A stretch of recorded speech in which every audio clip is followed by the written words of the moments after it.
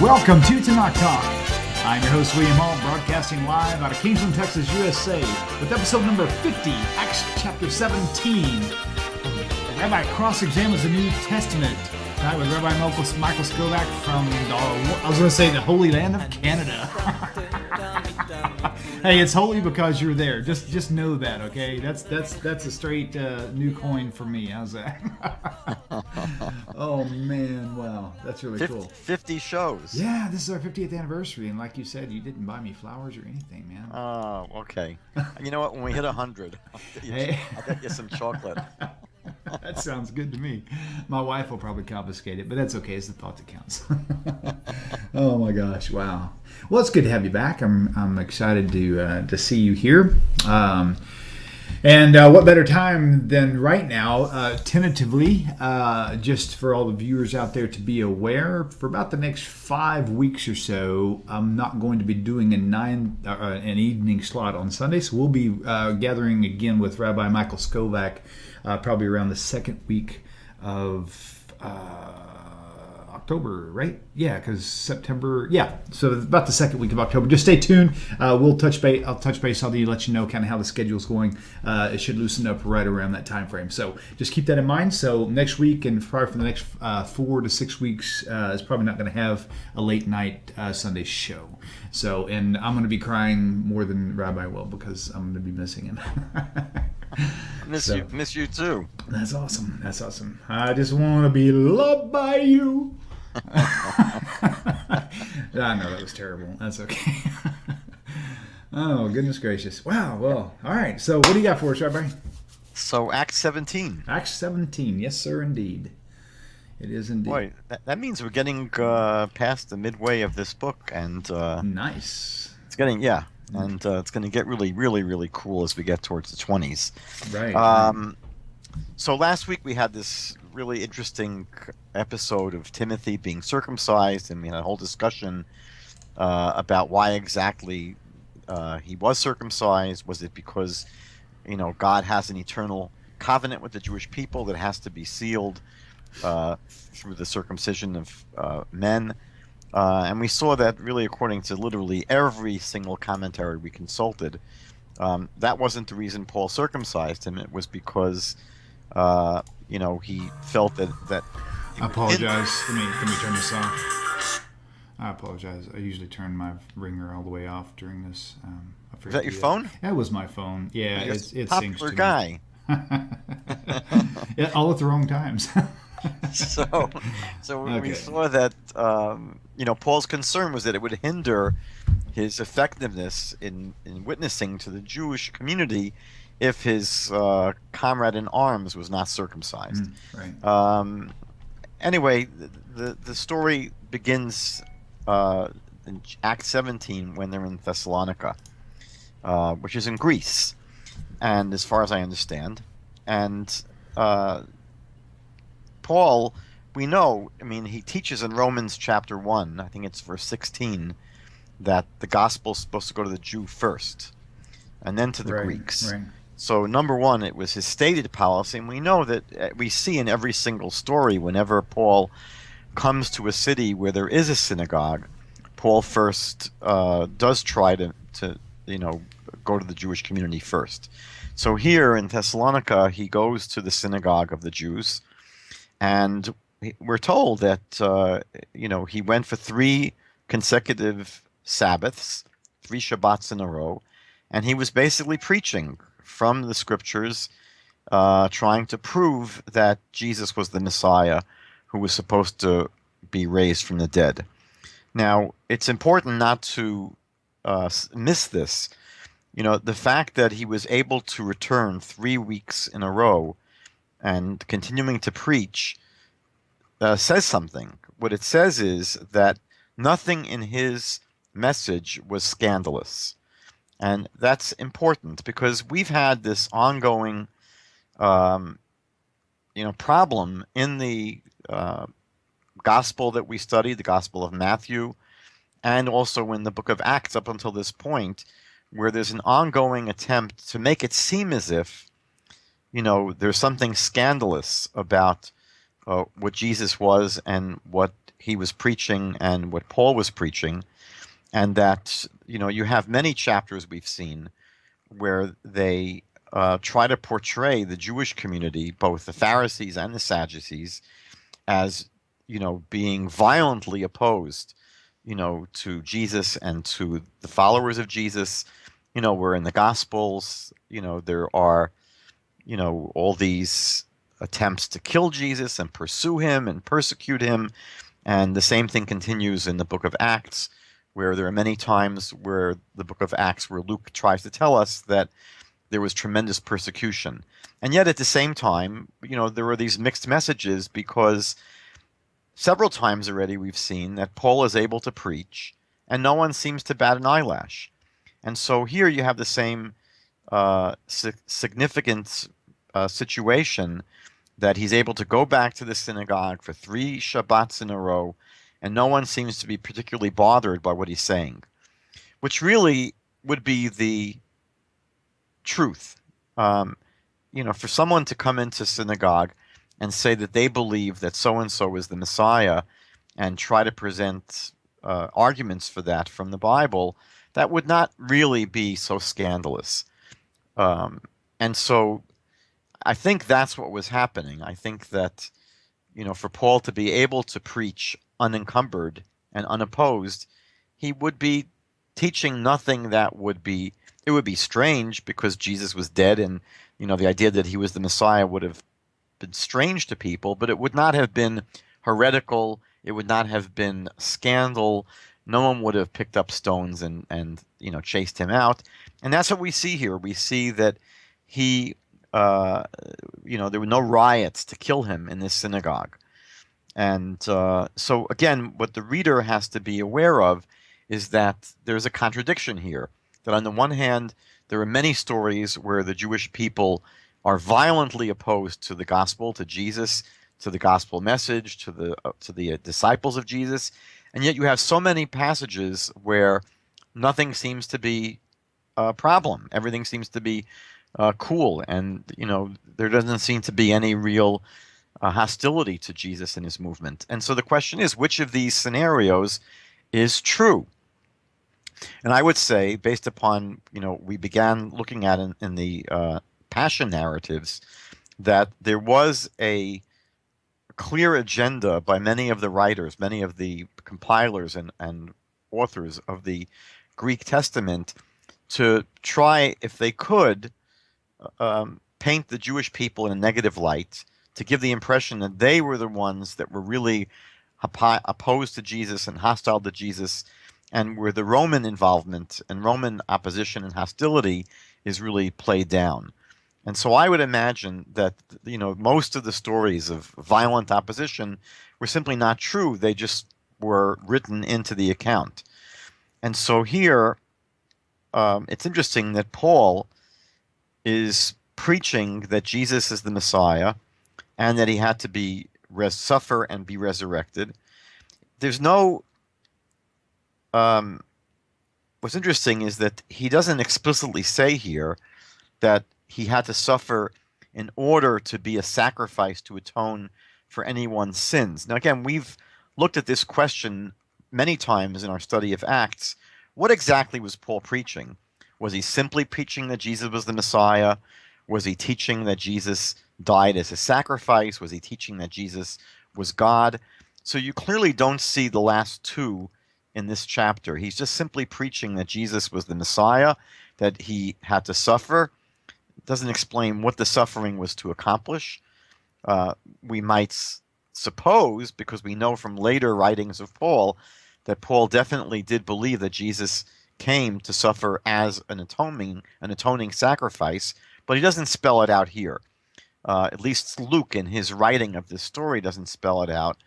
And clearly what he doesn't teach here, and this is very significant because we've seen this ongoing throughout the book of Acts so far, is that no one is preaching that Jesus is God. No one is preaching that Jesus should be worshipped as divine, should be prayed to and worshipped and is God, etc.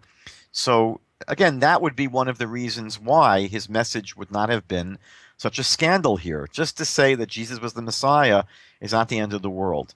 It wouldn't be a crime in Judaism to say such a thing. To say that he was God would have been a problem, and he would have been opposed, and he wouldn't have been allowed to come back 3 weeks in a row and preach, but he didn't preach that. We see that very clearly here.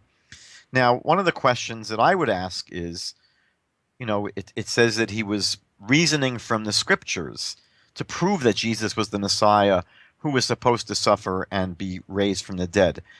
I would be curious as to know what scriptures he was pointing to. What was his brief? What was his argument from the scriptures? How did he actually prove it? It's tantalizing, and it's sort of teasing us, but it doesn't tell you. We don't get any clue as to what Paul was saying. Most of the commentaries to this chapter say that he would have been quoting Isaiah 53, the suffering servant, and Psalm 16, which they allege speaks about the resurrection of the Messiah. We'll refer to those in a few minutes, but I would have been happier if Luke had given us some clue here as to what exactly Paul was preaching. So we have to just use our imaginations. So we saw initially that no one seems to be terribly agitated about what Paul was doing, but then we're told that in verse 4 that some of the people were persuaded, and a great multitude of the devout Greeks, these are the God-fearers, and not a few of the leading women, joined Paul and Silas. And so as soon as people start responding to Paul's message, that's when all hell breaks loose.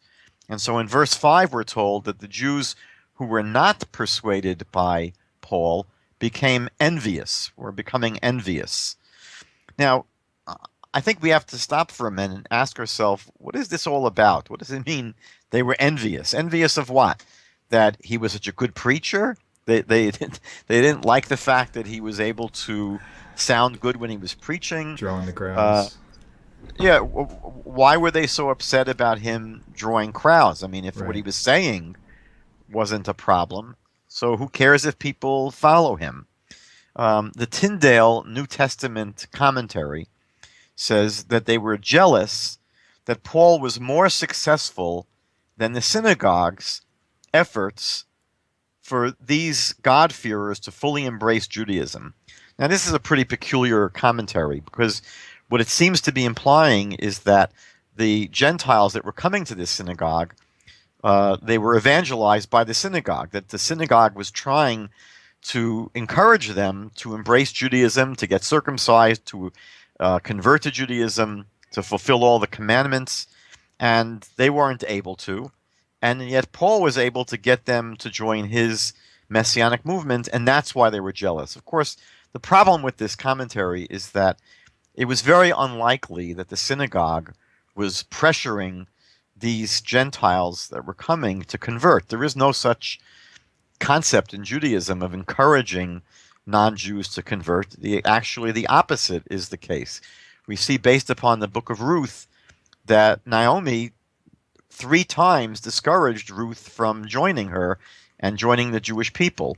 So it was not something that the synagogue would have done to try and encourage these God-fearers to convert. They were very happy to have these Noachites, these God-fearers, just attending the synagogue and being righteous Gentiles. So that clearly is not why these Jewish people were becoming envious. The English Standard Version Study Bible, the ESV Study Bible, says that, and this is a very, very common accusation, not just in the New Testament, but even by later Christian thinkers, that the real problem was that the Jews were losing power. And with the loss of power, there was a loss of money. That really what was bothering these people was they were losing their power, their influence, their prestige, and their financial gains. If you go back to chapter 5 of Acts in verse 17, so there we're told that the high priest, the leader of the Sadducees, became very jealous and envious. And the commentaries say there that he was afraid of losing his power and his influence. And And then we just saw, I think, in chapter 13, we had that the Jews in Antioch, the synagogue in Antioch, were told they became jealous when the God-fearers began to follow Paul. And again, it's the same story here. And this is very important just to remember, that what does not bother them is the substance of what Paul was preaching. What seems to be bothering them is that some of their members are going to be going elsewhere. They're going to lose the members. So this is a common theme throughout a lot of anti-Jewish teaching in Christian sources, that was the whole problem, they say, that the Jewish people had with Jesus, that they saw him as threatening their influence, their power, their prestige, their authority, because he was challenging all of that. I think that's really incorrect. I don't think Jesus was challenging their authority so much, because essentially I believe Jesus was teaching the same thing they were teaching, which is to follow the Torah. So it's not so clear what it means here in verse 5 that the Jews who were not persuaded by Paul all of a sudden after 3 weeks now become very envious. And so they get a mob together and they get the whole city upset. I mean, they really go pretty crazy here. And they attack the house of someone named Jason, and they bring him out to the people. What they're upset about is, in verse 6, they specifically explain, when they did not find them, they dragged Jason and some of the brethren to the rulers of the city, crying out, "These who have turned the world upside down." Now he's referring here to followers of Jesus, and they're describing the followers of Jesus as people who've turned the whole world upside down. That's obviously an exaggeration. At this point in the history of Christianity, it wasn't a worldwide movement. But what they seem to be saying is that there was something about Christians that were disturbing to the authorities. And again, it's not to the Jewish authorities here. This is really where a little bit of truth comes out, right? They were acting contrary to the decrees of Caesar, saying there is another king, that being Jesus. So here's one of those places in the New Testament where the truth sort of sneaks out. And this is really the problem at hand. The problem with Jesus was not that he was causing any scandal within the Jewish community. The problem was that if he was claiming to be Messiah, that means he's claiming to be the king of the Jews. And that would only bother the Romans. That would only bother the people who were claiming that they were the ones that had authority. They were the ones that were in charge. And the Romans did not take kindly to anyone who claimed that, no, the Romans are not the ones that are to be ruling. You know, we have someone else that's going to be ruling. So it's pretty clear that the concern about Paul's preaching was that he seemed to be calling for an overthrow of the emperor. So the people here in Thessalonica, what concerns them is that they have this presence in their city of troublemakers, that the Romans probably, wouldn't bother the people in this town, except for the fact that now in their midst is a radical, is a revolutionary, is someone that's proclaiming that, no, the Caesar is not the king. We have our king, it's Jesus. And so this is really, the truth of what's going on here in these stories. And it's really the truth of what happened in the Gospels. But again, what the New Testament generally tries to do is give the impression that, no, this was not a political problem between the Jesus movement and the Romans. This was a religious problem between Jesus and the Jewish community. But again, you see constantly throughout the Gospels that Jesus didn't do anything that was so controversial. And again, Paul here you see preaching in the synagogues for weeks, saying nothing that's controversial. And so again, there's this tension where the New Testament is stuck. It's trying to present these stories in a way that fit their agenda, and the truth does not fit their agenda. So here it really sort of slips out. The truth really slips out here of what was really going on. So they go, and the story is that Paul and Silas end up leaving Thessalonica, and they go to Berea. And here a very interesting story is told. Told when they arrived in Berea, they went into the synagogue of the Jews again. They go right to the synagogue. Again, we mentioned earlier that it's sort of redundant to say synagogue of the Jews. The Gentiles didn't have synagogues. So it's sort of a strange expression, as if almost separating themselves from the Jewish community. If they were really part of the Jewish community, they just would have gone to the synagogue, like all Jews do. So it seems to be speaking about the Jews as a group different than who they are. And these were told by the way, I just should, if you don't mind, just make one interesting observation. Of course. That the chapter begins by saying, now when they had passed through Amphipolis and Apollonia. Now in chapter 16, the word that was used was we, because there Luke was writing as if Luke was part of the story. He was on the scene. And now in chapter 17, Luke disappears, and he's not part of the story anymore, and it's they, right? So it's very strange that Luke seems to drop in and out of these stories. So they arrived in the synagogue of the Jews of Berea, and in verse 11 we're told that these were more fair-minded than those in Thessalonica. Obviously, Luke is implying that the Jews who were stubborn and envious in Thessalonica never really gave Paul a fair hearing. But here the Jews were told are fair-minded and that they received the word with all readiness, meaning they apparently listened carefully to what Paul was preaching, and they searched the scriptures daily to find out whether these things were so. So not only did they listen carefully to Paul's sermons, but they spent the entire week. Didn't say here that they searched the scriptures on the Sabbath. They spent every day going through the Bible to see whether or not what Paul was teaching made any sense. And we're told here that not a few of the Greeks, prominent women as well as men, were there as well. And many of them believed. So in verse 12 we're told that many of these Jews in Berea who carefully searched the scriptures, they were obviously very studious people. They were normally people that took the Bible very seriously. They listened to Paul's arguments and they came to believe. Now, let's just pause for a second and think what this is saying. It's saying that Paul had scriptures from the Tanakh, because there was no New Testament at this point. So Paul had scriptures from the Tanakh that he presented to these people, and these learned, studious people at Berea, they were impressed with Paul's arguments, and they came to accept Jesus as the Messiah and everything else that Paul was preaching. So I would say that this is very unlikely.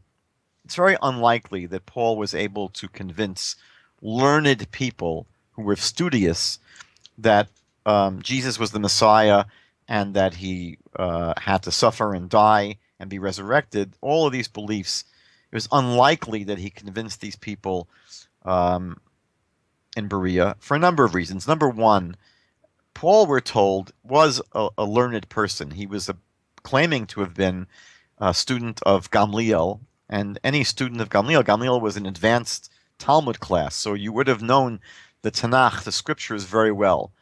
So the question is, why didn't these scriptures have any impact on Paul before he had his Damascus experience? Meaning that if Paul has these powerful scripture verses in the Tanakh proving that Jesus was the Messiah, so why was Paul persecuting the followers of Jesus? Paul was apparently a learned person. He would have known these verses in the Tanakh. So how clear could they have been? That is a really good point, because none of his knowledge is what got him there. Is some vision so that's really excellent point. So how clear are these verses? Let's say, for example, I mean, it doesn't exist, but let's say that he found a verse, right, somewhere, let's say in the prophet Zephaniah, which says, Jesus is going to come one day, Yeshua is going to come, and he's going to be the Messiah who will suffer and die and be resurrected. So that might have been the kind of verse he would show the Bereans, and they would say, wow, Paul's got a good point there. But didn't Paul know that verse? Right. And if he did, why would he persecute the followers of Jesus? Right. So that's one thing to bear in mind. Secondly, today, we know these lists of proof texts that Christians use. Some people claim there are dozens of passages in the Tanakh that prove that Jesus was the Messiah who was supposed to suffer and die and be resurrected. Some people claim there are over 365.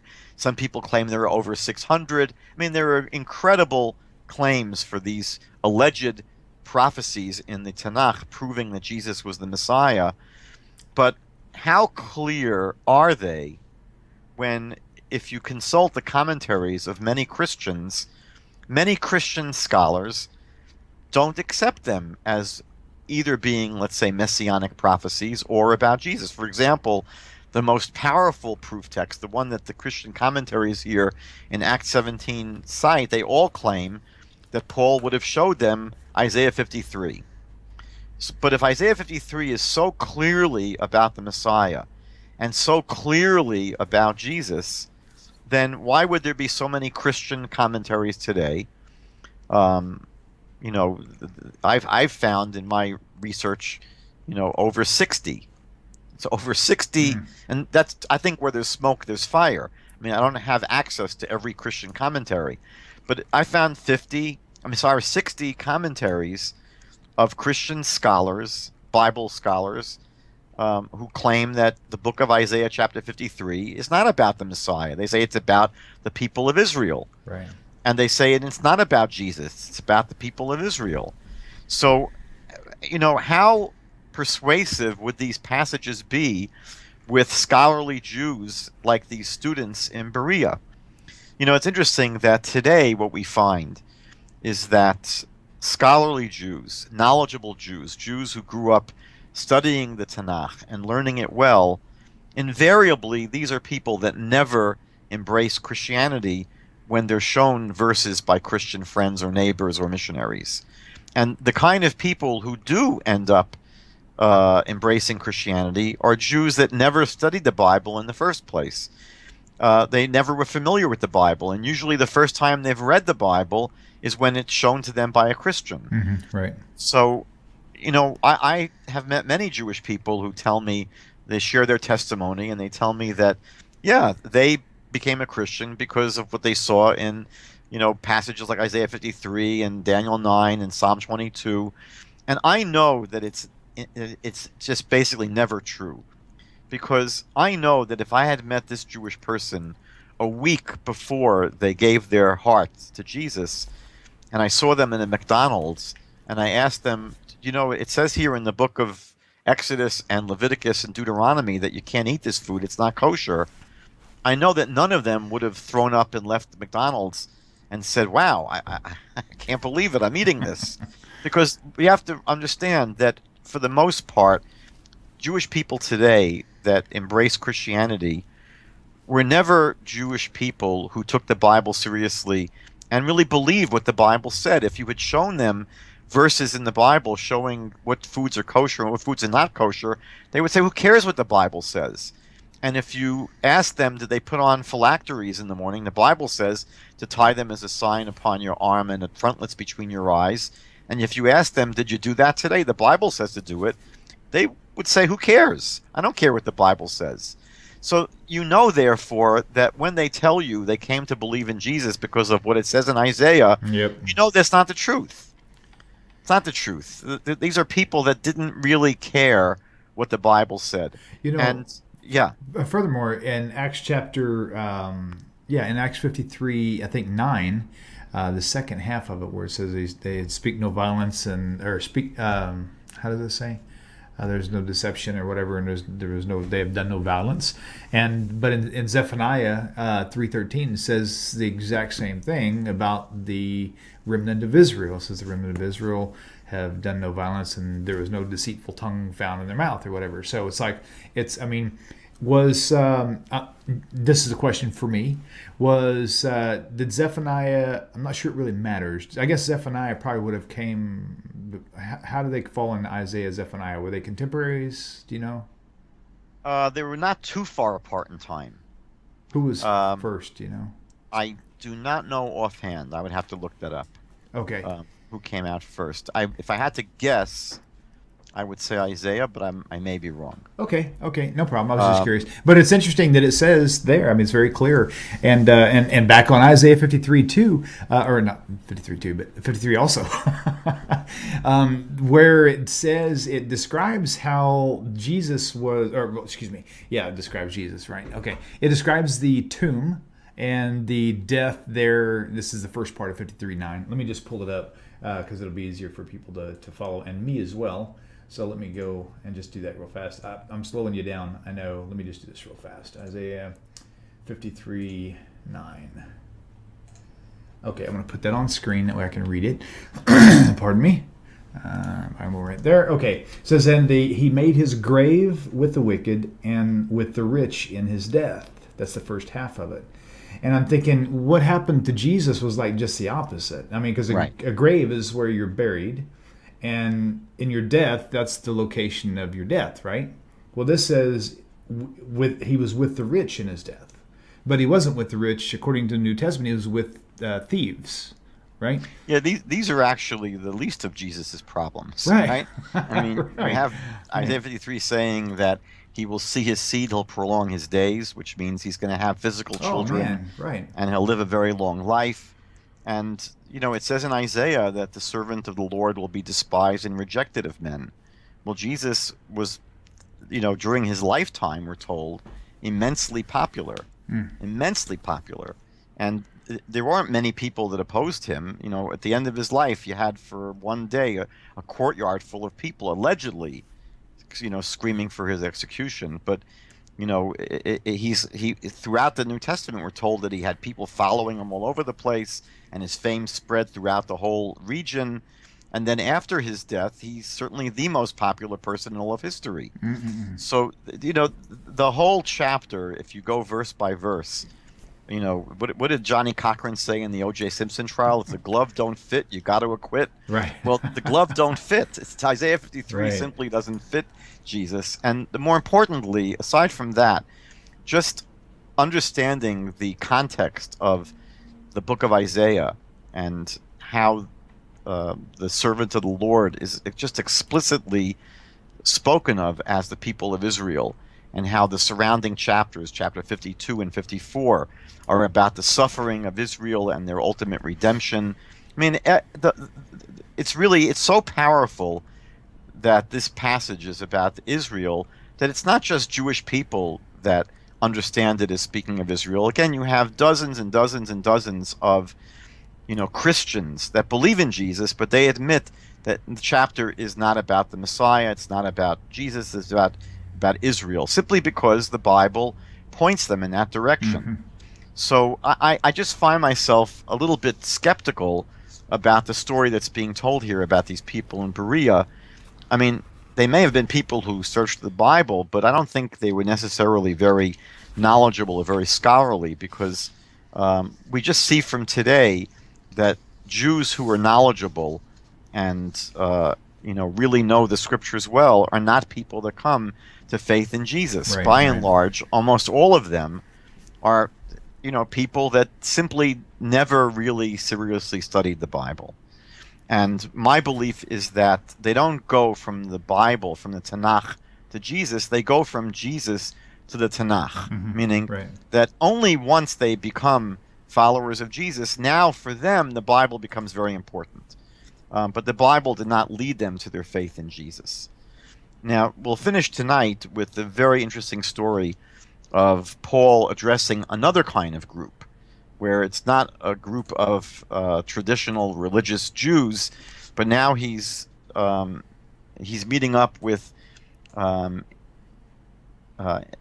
in Athens now Greeks, Greek basically pagans, and he's now going to preach to the Greeks, to these non-Jewish people. And it says in verse 23 that he was passing through and considered the objects of worship.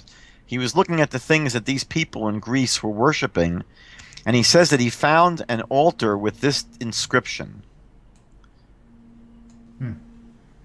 And the inscription was, "To the unknown God." Now, who is this referring to? Right. So what Paul says is, therefore, the one whom you worship without knowing, him I proclaim to you. So Paul is basically saying to these people who, we know that the Greeks had a multitude of gods. They had a whole, uh, you know, their whole cosmic order was full of different gods and demigods, and they were not monotheists by any stretch of the imagination. And in one sense, what Paul seems to be saying here is, disingenuous, and really not even accurate. Meaning, he seems to be saying that the idolatry that they worship is really, if they really understood, it's the true God that Paul is preaching. I find it strange that Paul equates, the God that he's preaching, which probably is, from my understanding, the God of Israel. I think that Paul has not yet articulated a belief that Jesus is God. So he really is speaking about the Creator. And he says to these Greeks that the one who you worship without knowing, he's saying that even though you Greeks have all these different gods that you worship, he's saying really you're not aware of the fact that you're truly worshiping the Creator God of the world. Now that, I don't know. I don't know if that's really appropriate. If that's Right. if that's really ethical to do that, because does he really believe that these people are actually worshiping the Creator, even though they're worshiping these, Right. Greek gods and other kind of pagan worship? So it's hard to understand why he starts off his preaching with this, but he claims that he's proclaiming the God in verse 24 who made the world and everything in it.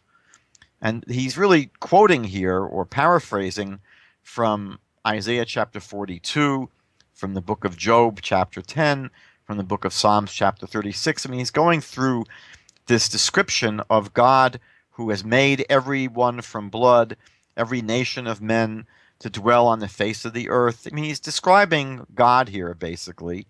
And he says in verse 28, for in him we live and move and have our being. So he's describing everything to God. Also, he says, some of your own poets have said. Now he's contextualizing the gospel for these pagans, and he's quoting their own poets. And he says, for we are also his offspring. Therefore, Paul says, since we are the offspring of God, we ought not to think that the divine nature is like gold or silver or stone, saying, don't get distracted by the idols that you have. We ought not to think that the divine nature is like gold or silver or stone, something shaped by art and man's devising. Truly, these times of ignorance God overlooked. He seems to be trying to, downplay really the seriousness of their idolatry. But Paul says, but now this God, the true God, commands all men everywhere to repent. All right, that's true. Everyone should repent, because he has appointed a day on which he will judge the world in righteousness. That's true. God will judge the whole world. But then Paul throws in something that's problematic. He says that God is going to judge the whole world in righteousness through the man who he has ordained, which is obviously a reference to Jesus. So, first of all, we should say that, again, this makes it very clear that to Paul, Jesus is not God. He is a man that's been appointed, ordained by God. So again, this is consistent with everything we've seen so far, that Paul has not been preaching the idea that Jesus is God, but the idea that God is going to judge the world through Jesus, or really through any person, is a little bit unusual, because that's not what the Tanakh says. Tanakh does never say that God is going to somehow judge the whole world by, some person or through some person. The Messiah will judge between people as a human king. We see that in the book of Isaiah. I think it's chapter 2, where the Messiah does judge between people.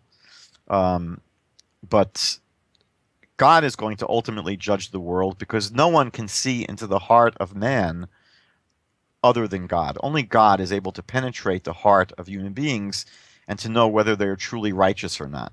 So that's something which God does not hand over to some human being to do on his behalf. And then he goes on to say that the proof that Jesus is this judge is that he was raised from the dead. So for Paul, we know that Paul says in 1 Corinthians 15 that the resurrection of the dead, resurrection of Jesus from the dead, is the ultimate proof of the truth of Christianity. And he goes on to say that unless Jesus had been resurrected, all of the faith of all Christians is in vain. So for him, this is a big deal. And here's something that I find very peculiar, and I couldn't really find any Christian commentary that addresses this and gives any kind of answer, but it says that in verse 32, when they heard of the resurrection of the dead, so when these Greeks heard of, I guess, the idea that Jesus was resurrected from the dead, some mocked, some thought the idea was loopy and strange, while others said, "We will hear you again on this matter." So in verse 32, some of his audience say, what you're saying is interesting, and we're willing to listen to more. But verse 33 says, so Paul departed from among them. Now, why would he do that? You would think that if they're, open to what he's saying and they're asking to hear more, that he would have stayed there and preached some more. So for some reason, in verse 33, we're told something that just doesn't make any sense, that after receiving this invitation to stay and explain to them more about his teachings, immediately Paul, so it should have said, so Paul continued to preach, right? The word "so" is sort of explaining what Paul does next, and we're told that he departed from them. He left. He leaves them hanging. So I don't understand that, and I really have not seen any attempt to explain Paul's behavior. So we'll have to. I would just leave this as a question. Got it. Seems okay, fair enough to me. Unless maybe some of the listeners could suggest why Paul picks up and leaves at this point. Interesting. And if I find anything else out, or I can come up with some explanation on my own, the only thing that would make sense is that maybe Paul didn't think they were sincere. Maybe even though they said, "Oh, we're really interested," maybe Paul was able to see through that and say, "Yeah, they're really interested. They're just mocking me." But the way that the text has it is that the text contrasts those who mocked to those who said, "No, we want to hear what you have to say."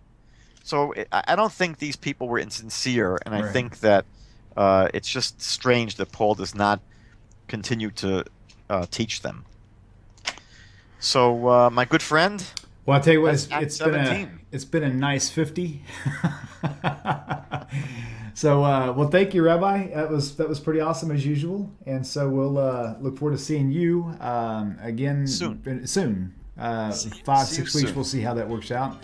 Maybe before then, I might squeeze you in for a Torah Parsha if it works out that way. So that would be cool. That'd be kind of cool. Okay.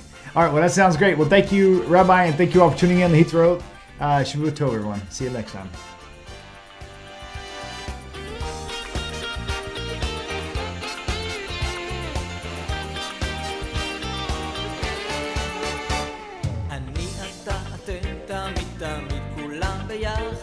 חשוב מכל חשוב והכרחי להיות ביחד. איפוק זו העוצמה, ויתור זו הגדולה, השאיפה והכמיהה.